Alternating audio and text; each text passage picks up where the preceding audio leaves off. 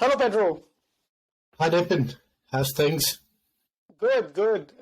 Had a busy morning, but all good fun. Well, it's good to be busy.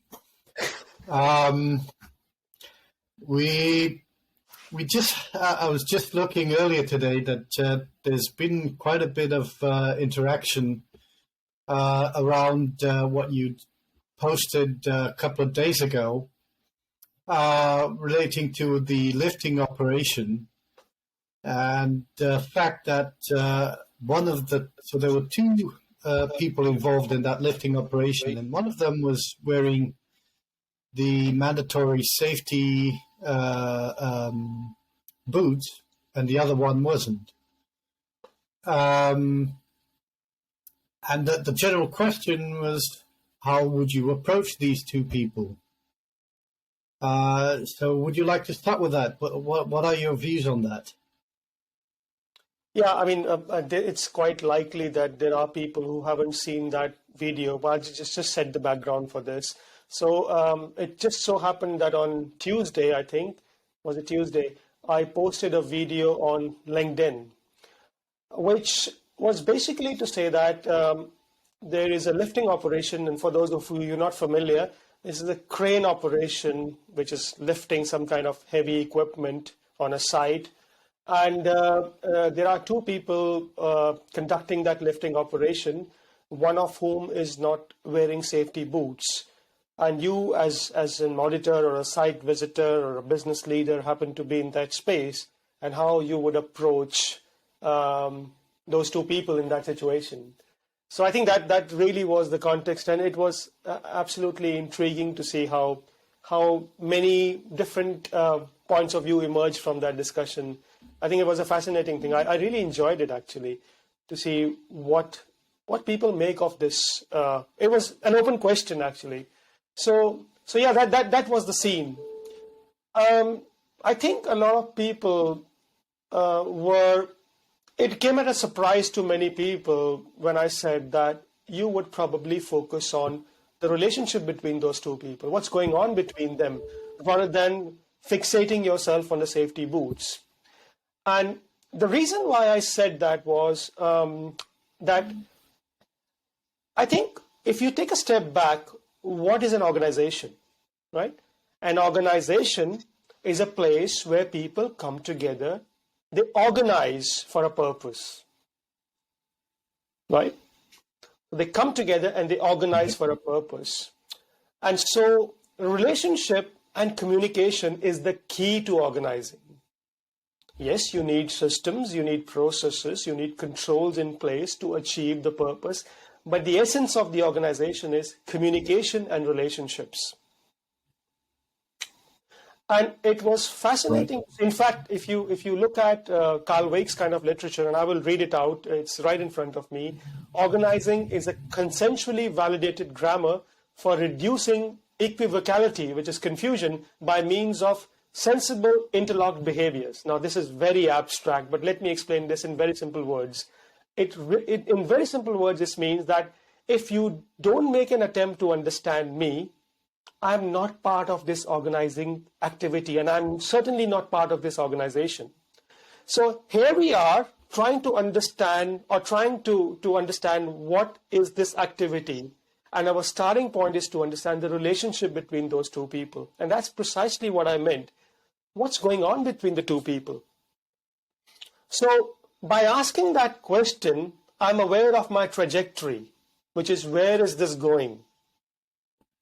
If you see two people coming to work together, and one of them, if you have a buddy who's working with you and he or she is not wearing the right safety shoes, it's the starting point is to have a conversation with them, to say, are you okay? What is it that that allows you to come to this place without safety boots? How can I help you? And grounded in that assumption is a relationship. Grounded in that assumption is the idea that if there was a problem with safety boots, maybe not getting the right size, not getting purchased, though not being able to purchase safety boots, or not good quality boots, or poor quality boots that hurt the toe, will come out. But if you start from the assumption of relationship, something else might come out, which is there was a lot of pressure, right? There was a lot of pressure because this was a job that came at the last minute, and we had to get the job done. Something like that. So your PPE and your safety comes secondary to getting the job done. So you can see how opening up a question like this can lead us to a much more mature trajectory where we have an insight into the subculture of the organization. One aspect of the culture, one culture in the organization, which you will never get if you started your discussion with objects, with PPE, which is personal protective equipment, or safety boots. The most you might get is the quality of the boots, the purchasing of the boots, the hierarchy of controls, the idea of why should you trust PPE, and how can we become more clever by failing safely and stuff like that. But we will never come to the core of organizing, which is relationships and people. So that was the idea. Yep. And that gives you a much better insight than focusing on objects and systems and controls and processes. So that's the reason why I started off with relationships. Great. Well, that is such a perspective that goes so far from what we normally see. And what I'm asking in my mind is, how come we never see something like that emerging in so many of these scenarios that happen on a daily basis across every organization? Why are we so far away? Why do we always click on the same buttons, even though we come to realize and feel frustrated that the outcome is always the same? What is actually missing out there?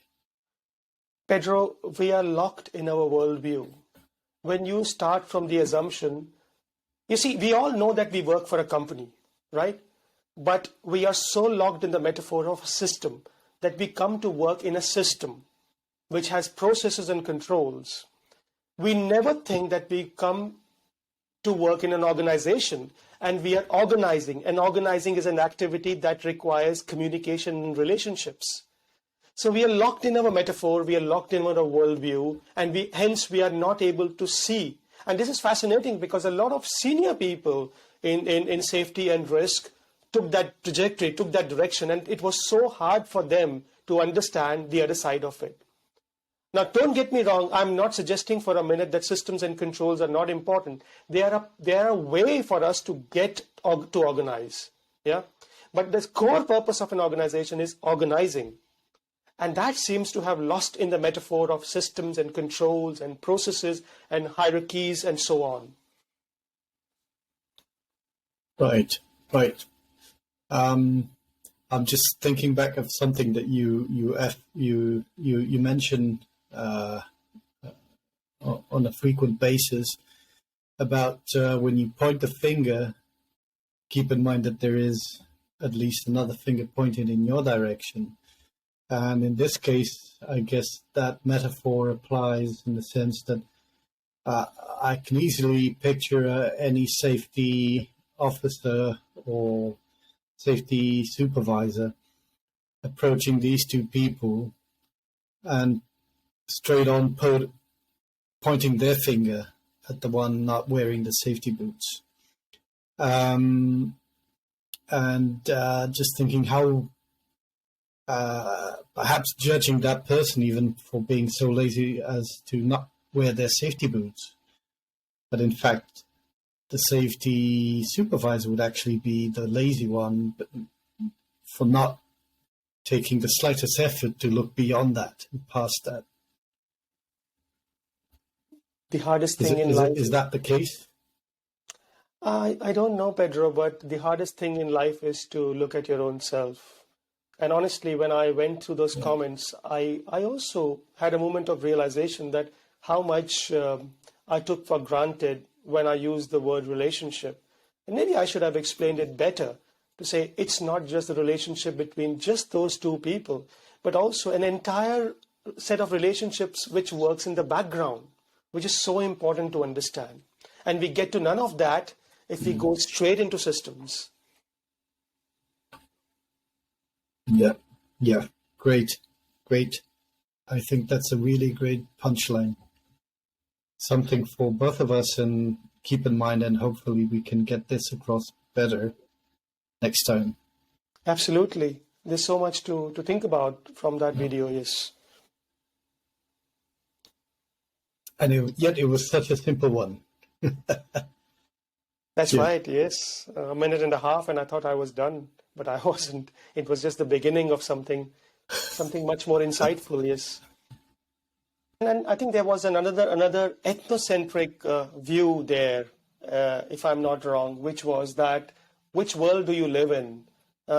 This never happens in this country. For example, in the UK or Europe or elsewhere, we never have this situation where people turn to work without personal protective equipment.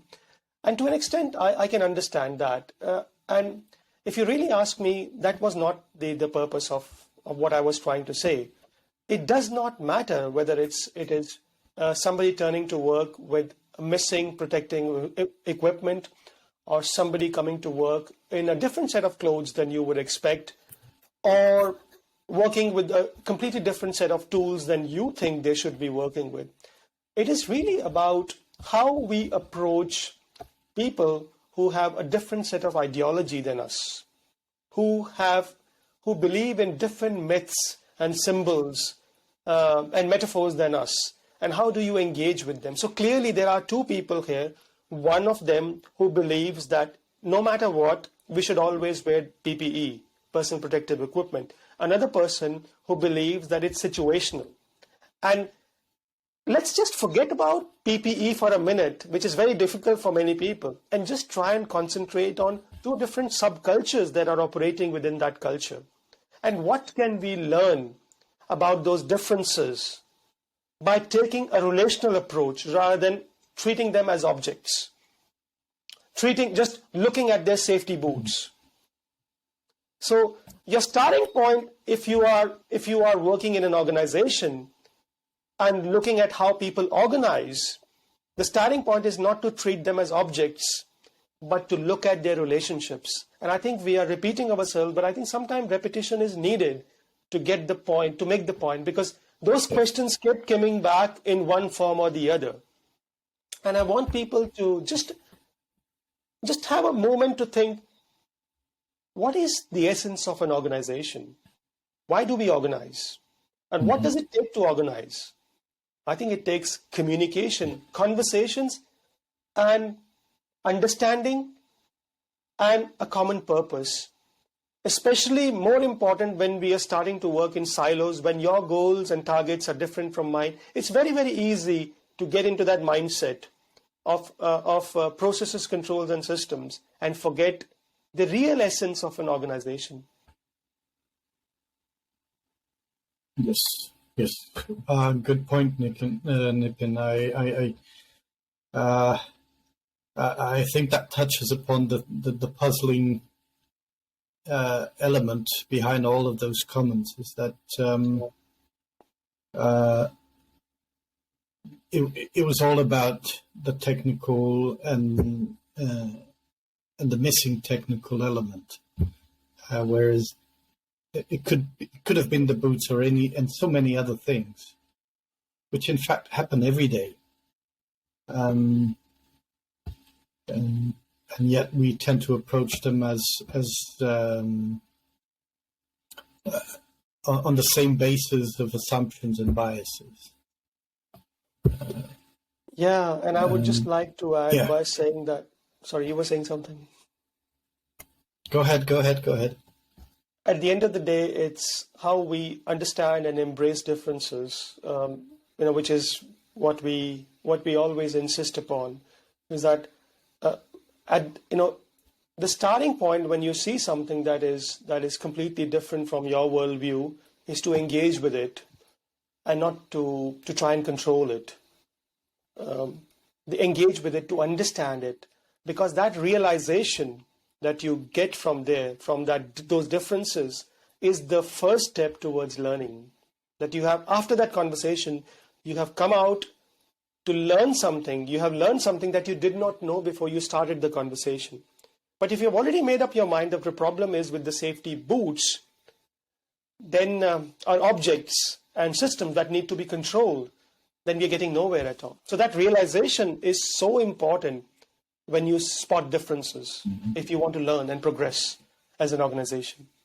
It's good for business, it's good for safety. It actually makes you much more risk mature and culturally intelligent. That's all.